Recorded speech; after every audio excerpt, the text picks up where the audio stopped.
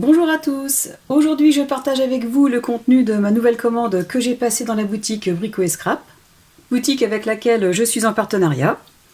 J'ai commandé certains articles d'une des dernières collections de la marque Stamperia qui est sortie récemment, mais j'ai aussi commandé des articles en vue de la crop que je vais animer le 15 mars de cette année à Béron dans les Ardennes, dont voici l'affiche. Et si cette crop vous intéresse et que vous êtes dans la région, je vous invite à contacter l'association Scrap Tapage pour réserver votre place. Bien évidemment, je vous mets l'adresse mail de l'association dans la description de cette vidéo, ainsi que son lien Facebook. Si vous avez des questions concernant cette crop, n'hésitez pas à me contacter par mail ou par Messenger pour me les poser, je vous répondrai avec plaisir.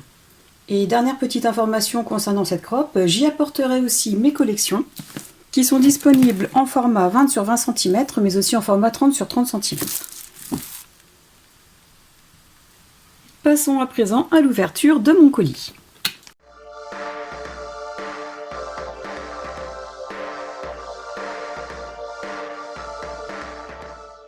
Alors comme d'habitude, on peut constater avec plaisir que le colis a été emballé avec soin et les articles bien protégés. Je vais sortir tout ça et vous montrer le contenu.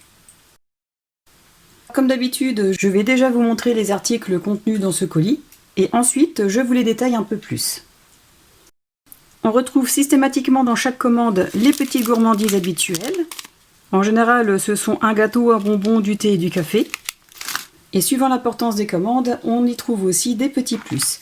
Comme par exemple pour moi, j'ai reçu en cadeau un joli pinceau de la marque Creative Collection, donc à tester. J'ai reçu aussi un feutre à alcool de couleur bleue et 2 feuilles de papier pour collage de la marque ITD Collection. Marque avec laquelle, pour ceux qui ne le savent pas, je suis en collaboration. Voilà pour les cadeaux. Ensuite, j'ai repris un bloc de la collection Land of Pharaohs de la marque Stamperia. J'ai pris pour la crop que je vais animer en Belgique au mois d'avril 5 blocs de la collection Magic Forest de la marque Stamperia aussi. J'ai pris 3 pochoirs de la marque Dutch Doobadoo. Ensuite, j'ai pris un paquet de sachets plastiques de 22 cm sur 22 cm. Alors, ce sont des sachets qui peuvent soit nous permettre d'y glisser des grandes créations, que ce soit des cartes, des petits folios ou autres. Mais moi, je les ai pris, c'est essentiellement pour ranger les restes de blocs en 20 sur 20 cm, puisque la taille est parfaite. Et comme bien souvent les emballages des collections sont abîmés, ou comme pour les miennes, c'est un emballage qui est scellé de cette façon, et donc une fois ouvert, c'est un peu compliqué pour remettre les feuilles dedans. Et j'ai donc décidé d'acheter ces sachets pour protéger les feuilles. Ensuite, j'ai commandé la Distress Spray Stain de couleur Vintage Photo. Les die cuts de la dernière collection de la marque Stamperia qui s'appelle Master of Magic. Les chips de cette collection, ceux de la collection Fortune, un moule format A4 de la collection Mascarade de Stamperia, un moule du même format de la dernière collection Master of Magic, des rubans, des découpes de la collection Mascarade, d'autres de la collection Master of Magic, et enfin pour terminer, un moule en silicone de cette même collection. Je vous montre les articles un peu plus en détail et je vais commencer par le pochoir de la marque Dutch Doobadoo. Donc il s'agit d'un pochoir brique de format A5.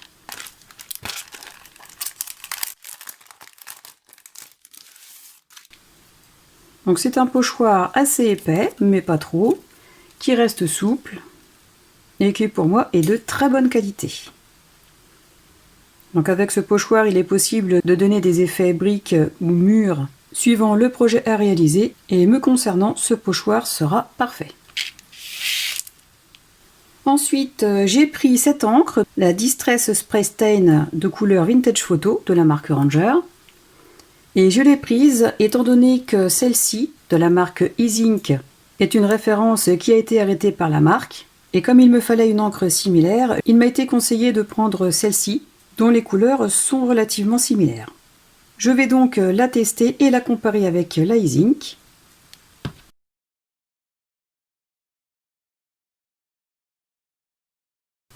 Je vais commencer la comparaison avec l'encre Easink de couleur Coffee. Je vais attendre qu'elle sèche un peu. Et ensuite, je vais faire le test avec la Distress Stain de couleur Vintage Photo.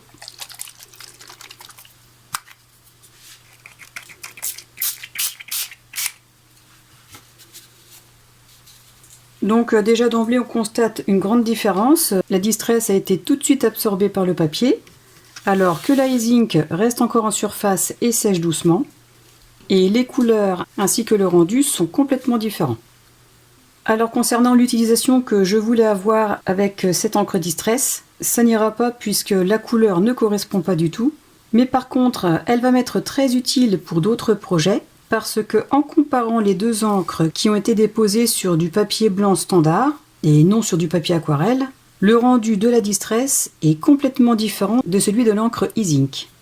Avec cette encre qui me semble être un peu plus liquide, la diffusion n'est pas du tout pareille et elle laisse des petites traces qui sont dues à la qualité du papier, alors qu'avec la Distress Spray Stain, la couvrance est complètement différente, elle est vraiment plus homogène et beaucoup plus jolie. Donc pour conclure, même si la couleur ne correspond pas à celle que j'aurais aimé avoir, eh bien je ne regrette pas du tout cet achat car le rendu est vraiment super joli.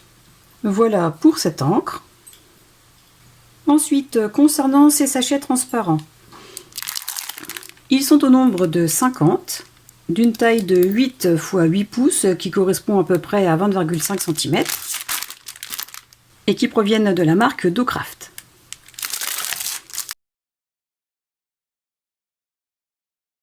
Donc je vous le montre d'un peu plus près.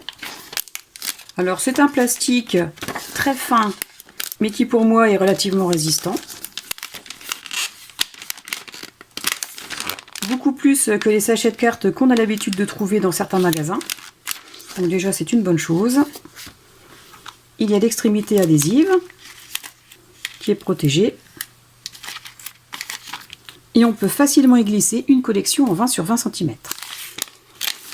Comme ceci. Voilà, et vous voyez que malgré l'épaisseur de la collection, il reste encore de l'espace de chaque côté. Et il est aussi possible de refermer le sachet. D'ailleurs, je vais vous donner précisément la mesure. Le sachet mesure 22 cm sur 24,5, mais à savoir qu'une fois fermé, la hauteur du sachet mesure 22 cm. Donc je suis très contente de cet achat et je pense que je vais tester aussi les autres tailles. Ensuite, concernant la collection Magic Forest de la marque Stamperia, qui est une collection qui est sortie depuis quelques temps déjà, je vais vous la remontrer succinctement puisque j'en avais déjà fait la présentation complète.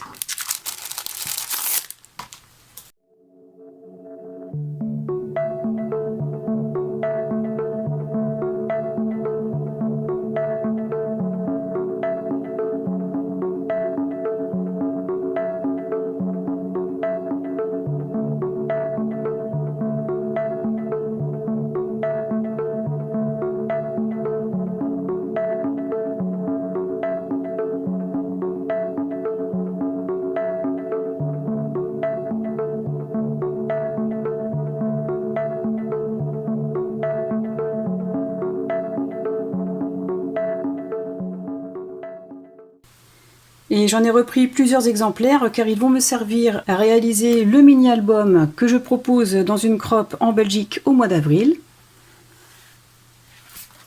Je vous montre brièvement l'intérieur des pages. Voilà. Et encore une fois, si vous êtes à proximité et que vous êtes intéressé par cette crop, n'hésitez pas à me contacter si vous avez des questions. Ensuite, comme pour le bloc précédent, étant donné que pour celui-ci j'ai déjà aussi fait une présentation complète, je vais le montrer brièvement.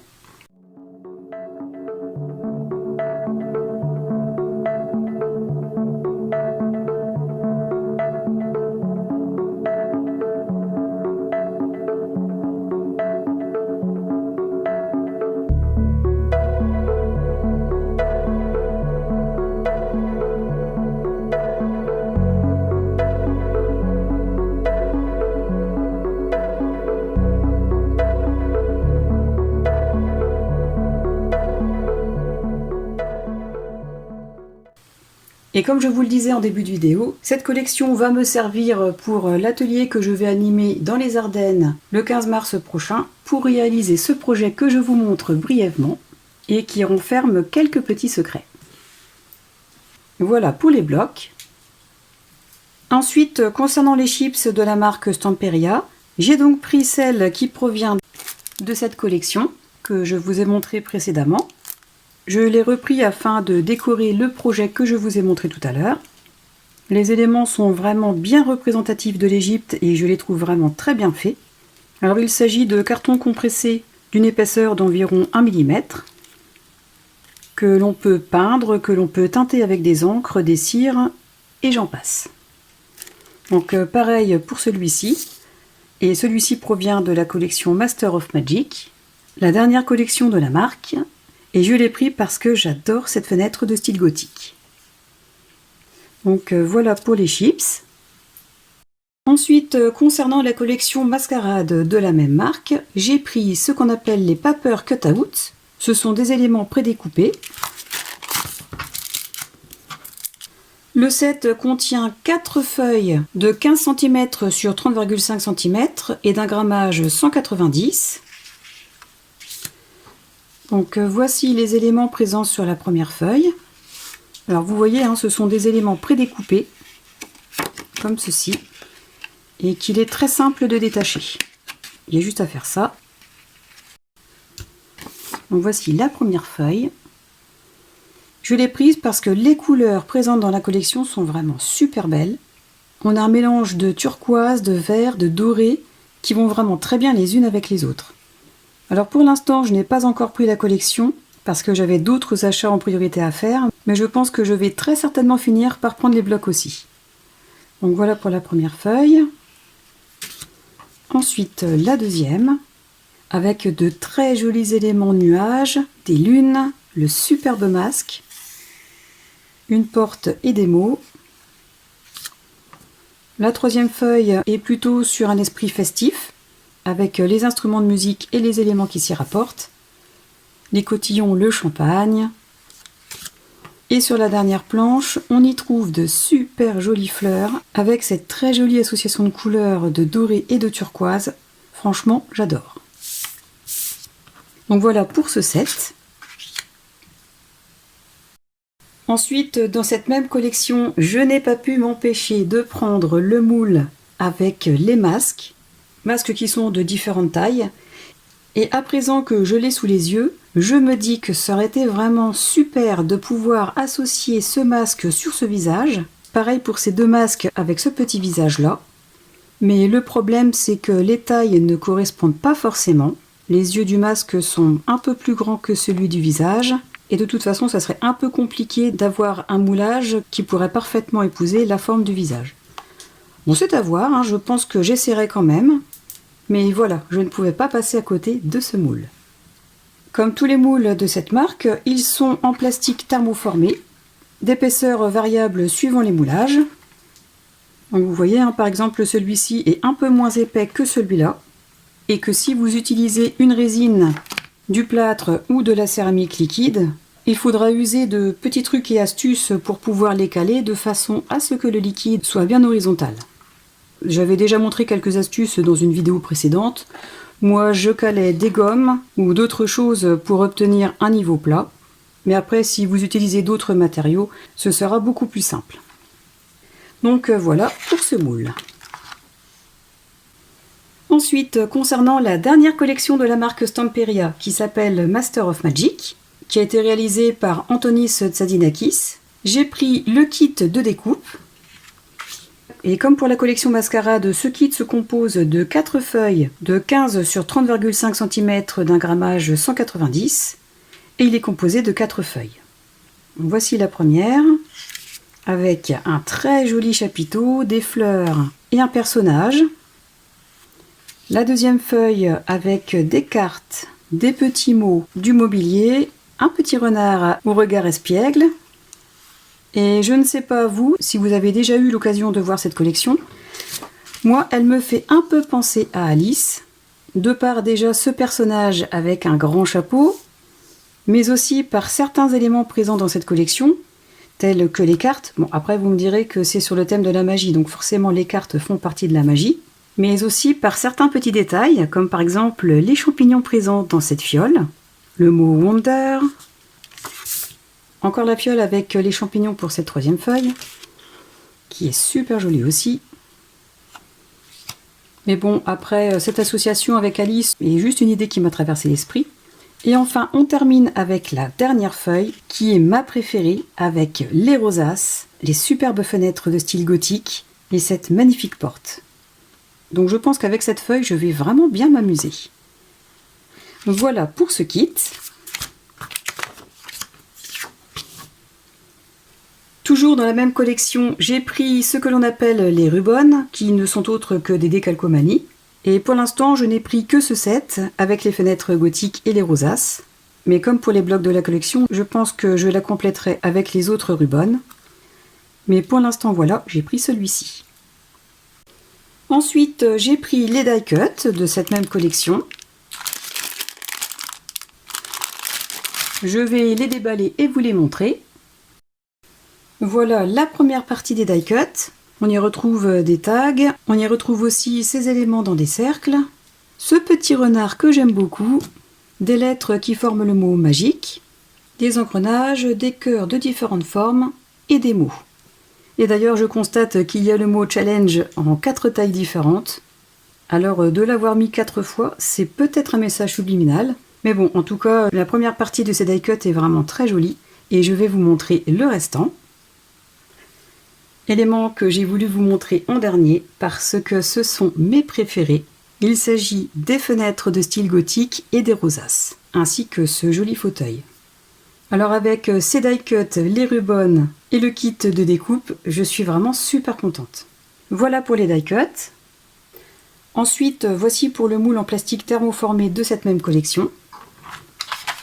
Alors, je pense que vous l'avez déjà suffisamment entendu depuis le début de cette vidéo pour savoir quel élément a retenu mon attention et m'a fait prendre ce moule.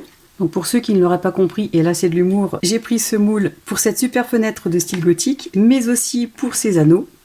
Mais bien évidemment, les autres éléments vont me servir aussi pour d'autres projets.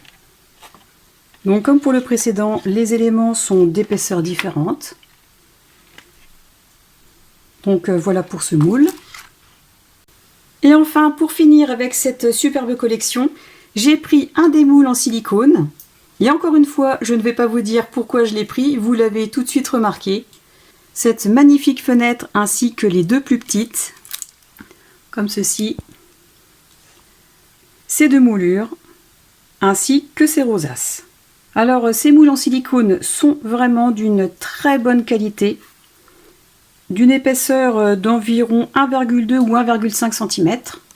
Ils sont souples, ils sont très résistants, et du fait que ce moule soit en silicone, il est idéal pour l'utilisation des résines.